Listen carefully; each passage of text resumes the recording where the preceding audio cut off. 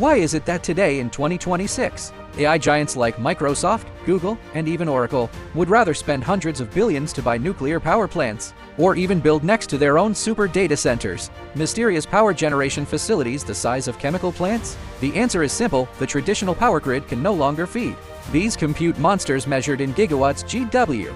If I told you that future AI compute centers don't need to rely on the national power grid at all, that they can generate their own power inside the plant, convert it themselves, and even build a perfect energy fortress completely immune to external power outages, would you believe it? In the previous episode, we dismantled the SST solid-state transformer. Today, we are going to decode the final piece of this puzzle, which is the ultimate secret weapon truly targeted by major AI companies. In this video, I will first quickly guide you to understand what behind-the-meter generation is, as well as the SOFC, the power generation principles and material pain points of solid oxide fuel cells, and take stock of Bloom Energy's industry benchmark data after securing Oracle's 2.45 GW massive order in 2026. Next, we will dismantle how Delta Electronics, after licensing UK's Ceres Power patents, achieves a critical hit in efficiency with metal-supported technology, and their insane specifications planned for pilot production by the end of 2026. Finally, and the climax of the whole video,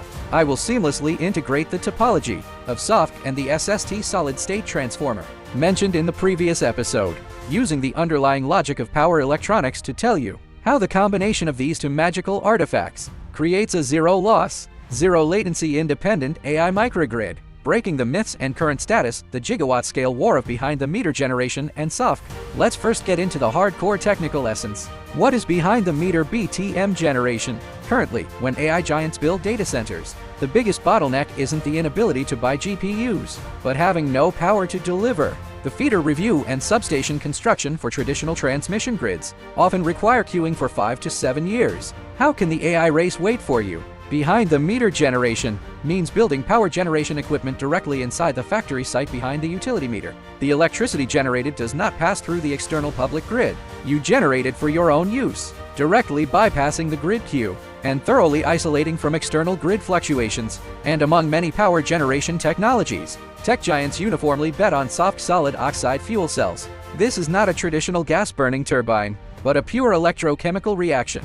It utilizes a porous ceramic material like ish as the electrolyte, at high temperatures of 600 to 1000 degrees Celsius. It allows oxygen ions to penetrate the ceramic structure and undergo a redox reaction with natural gas or hydrogen at the anode, directly converting chemical energy into pure direct current DC, perfectly avoiding the Carnot cycle efficiency limit of traditional thermal power generation. But traditional SOFCs have critical engineering pain points. First, the all-ceramic structure is extremely fragile at high temperatures, with immense thermal stress. If the system starts and stops frequently, thermal expansion and contraction will cause micro cracks in the ceramic, leading to gas leaks. So it can only serve as a continuous baseload, lacking dispatch flexibility. Second, it generates pure direct current DC.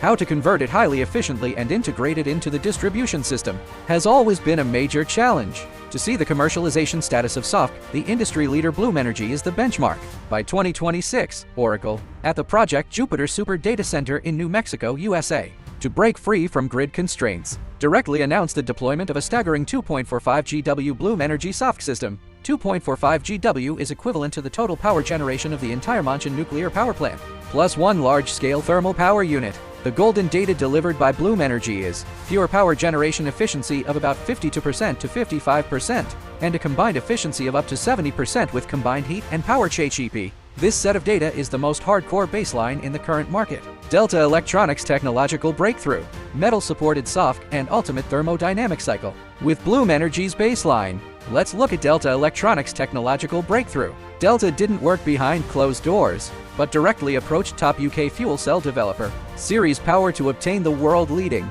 steel cell metal-supported patented technology license. Delta invested approximately £170 million, over 7 billion NTD to build production lines, and expects to launch the first batch of initial pilot production by the end of 2026. This is a dimensional strike in materials science. The biggest pain point of traditional SOFC is the fragile all-ceramic structure, with operating temperatures reaching 1000 degrees. But Ceres Power's technology screen prints an ultra-thin ceramic electrolyte onto a microporous stainless steel plate ferritic. Stainless steel This change brings two brutal advantages. First, the operating temperature is lowered to 500 to 600 degrees Celsius, significantly reducing heat loss and equipment degradation speed. Second, the main structure is steel, completely unafraid of thermal stress cracking, greatly shortening startup and shutdown preheating times, and providing extremely strong rapid dispatch capabilities. Combined with Delta's powerful power electronics technology, the pure power generation efficiency of this system is directly pushed to an astonishing 60% or more,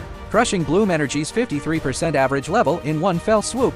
What's even more ruthless is the waste heat recovery mechanism. Delta collects the 500-degree high temperature exhaust emitted by the SOFC, introduces it into an absorption chiller, uses thermal energy to boil out chilled water, and sends it directly into the AI server's liquid cooling loop to cool down the GPU. Servers need electricity for computing, the SOFC generates power for them. Servers generate heat and need cooling, the SOFC's waste heat is used for refrigeration.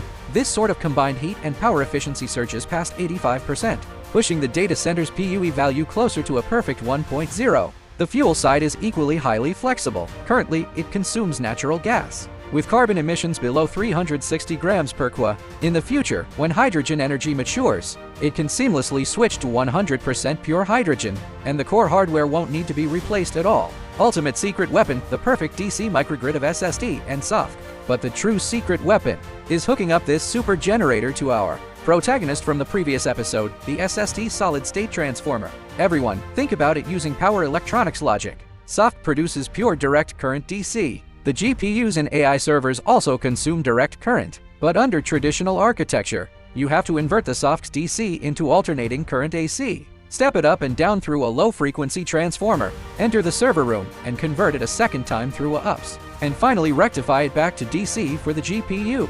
Through this series of multiple switches, every step loses 2% to 3% of energy. At a scale of several hundred megawatts, it equates to literally burning millions of watts of electricity. With SST, the rules of the game are completely rewritten.